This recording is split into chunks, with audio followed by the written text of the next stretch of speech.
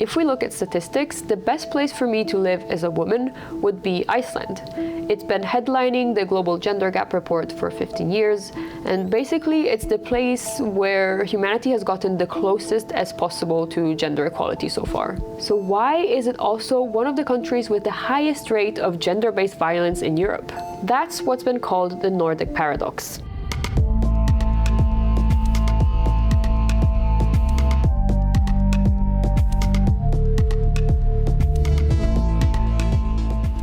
Most of the year outside, it looks like this here, cold and dark. So Icelanders spend a lot of the year indoors with their loved ones. But for some, home is not necessarily a safe place. According to the latest report by Icelandic police, the rate of domestic violence has gone up by almost 40% in 10 years. This is a far cry from the portrait of a women's paradise that Iceland is often depicted as. My name is Alexandra and I'm 33 years old. I work here at the shelter. My main goal here is just to provide this comfy and friendly environment for the women who come here. No problem. This shelter was made in 1982 and it was actually just a few women who came together and decided that Iceland needed shelter for women in abusive relationships. I started working here almost a year ago. This shelter has always a lot of impact on me because when I was a child I used to stay here with my mom and siblings. So I always knew that I wanted to work in this field and be part of the women's journey when they start putting their life back together. Yes. How far along are you now? 24 weeks. 24 weeks, wow. So the midwife came here the other day. Did you hear the heartbeat? Yeah, a little bit. I am able to meet the women where they need to be met. Sometimes it's just by being a friendly face. Sometimes it's being there just to talk or support. And sometimes it's just goofing around with their kids and coloring. And I really love it. Yeah. Alexandra and her colleagues keep the shelter open 24/7. Every year, they welcome about 100 women along with their children for however long is necessary, free of charge. On top of providing secure accommodation, the shelter provides long-term support to residents who can continue to receive help even after they've left.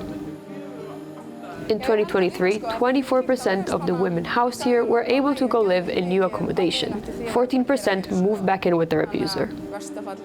Over the past few years, we have started to talk more openly about what's really going on in Iceland behind closed doors. I think even though we are more open about it, it's not necessarily bringing the awareness that we really need regarding this topic. Women are still afraid to telling when something happens to them because they are still afraid what the society will act like towards them.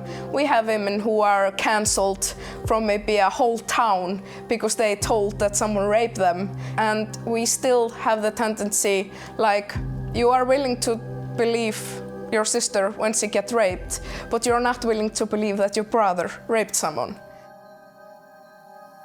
What do you think of this image that Iceland has to be the heaven for women? I would say this idea of Iceland being the safest and best country in the world for women, it's not necessarily bullshit, but it's not all true. When we don't need bigger shelters because we have so many women who are fleeing domestic violence, and when I am with friends and we are four, that one of us at least has been raped, when that changes, I can have that discussion again. Iceland holds a lot of records when it comes to gender equality. In 2018, it was the first country in Europe to adopt a legal definition of rape based on consent. And in the same year, it was the first country in the world to make equal pay mandatory in the workplace. These recent wins are the continuation of a historical track record of fighting for gender equality. 50 years ago, in October 1975, 90% of Iceland's women went on general strike, stopping work at home and at their jobs to demand more rights. They won a number of them, including the right to abortion. Iceland looks good on papers because we have been like doing a lot that's good for women's rights. But the thing is that it's much easier to get some idea how the working industry is. When you're looking at the work industry, you can measure it. Just, yes, okay, we have like 40% women and 60% men. What are their salaries and what is the difference? You cannot do that when it comes to like human behavior. It's true that measuring issues like gender-based violence is a lot harder than, say, wages or employment opportunities. Despite this, there's been a few attempts. The study that caused the biggest stir dates back to 2018. It revealed that 1 in 4 women in Iceland had been raped or sexually assaulted. In that same year, the European average was 1 in 10 women. These results illustrate what several specialists called the Nordic paradox. In short, several Northern European countries, in spite of being the best ranked in terms of gender equality, also have very high rates of domestic violence. But as always, we need to look at this with a bit more nuance. Rates of violence are not just measuring how common violence but it's also measuring how willing people are to disclose violence.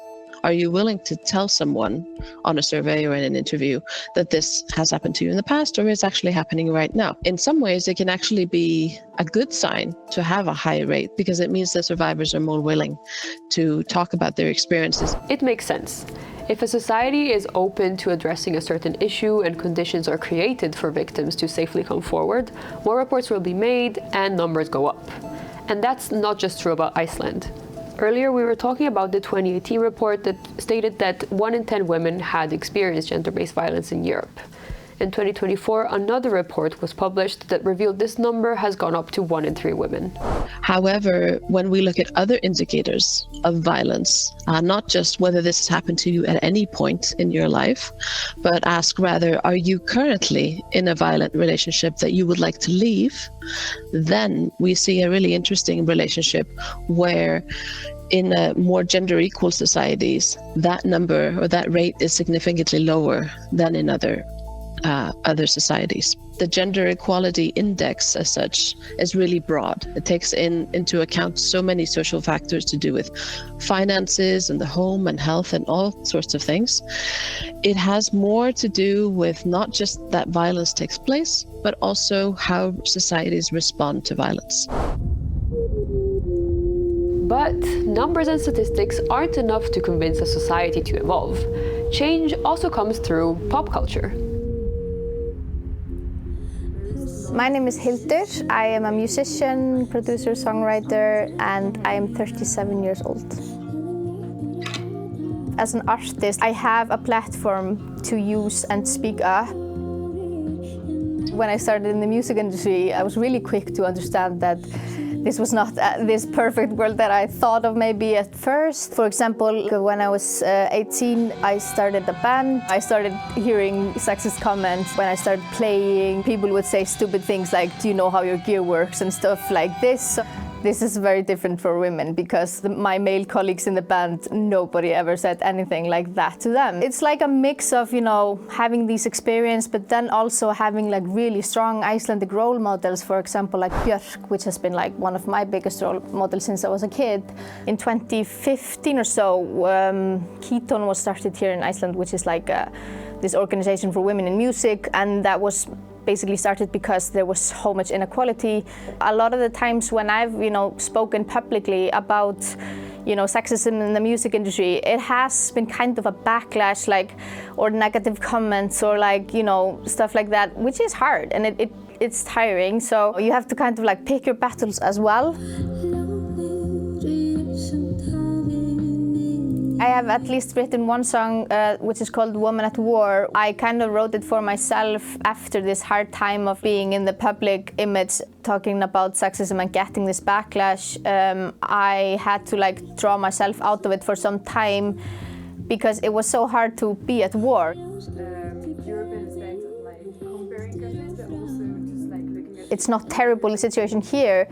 It's still almost every day that I read some news or I hear a story that reminds me that you know, it's not just the matter that you have a female president. It's also like what is actually happening, you know, in the society. So, in a country that already formally ticks so many equality boxes, how do we effectively move forward? All of the women we spoke to said more or less the same thing. You have to change the judicial system. In 2021, 9 women filed a complaint against the Icelandic state with the European Court of Human Rights. They accused the police and the legal system of being misogynistic and of mishandling the legal cases of survivors of gender-based violence. But 4 years later, their case is at a standstill. We have a really strong feminism movement, but then people are pointing out, look at some countries in Africa or something where women don't have any rights, like you have it fine here. So that's like also been sometimes used like against us, which is annoying. Every day has to change, like people in their homes need to change. I'm hopeful that every story that is told about domestic violence or so on, I'm hopeful that, you know, slowly it starts to open more eyes. I feel like in that sense, these movements like Me Too and so on, they shook the country really hard, because we didn't need that women for it still to be like, you know, very widespread. That's definitely one good thing about being part of a small society, is that like it can be like a shorter way to get noticed.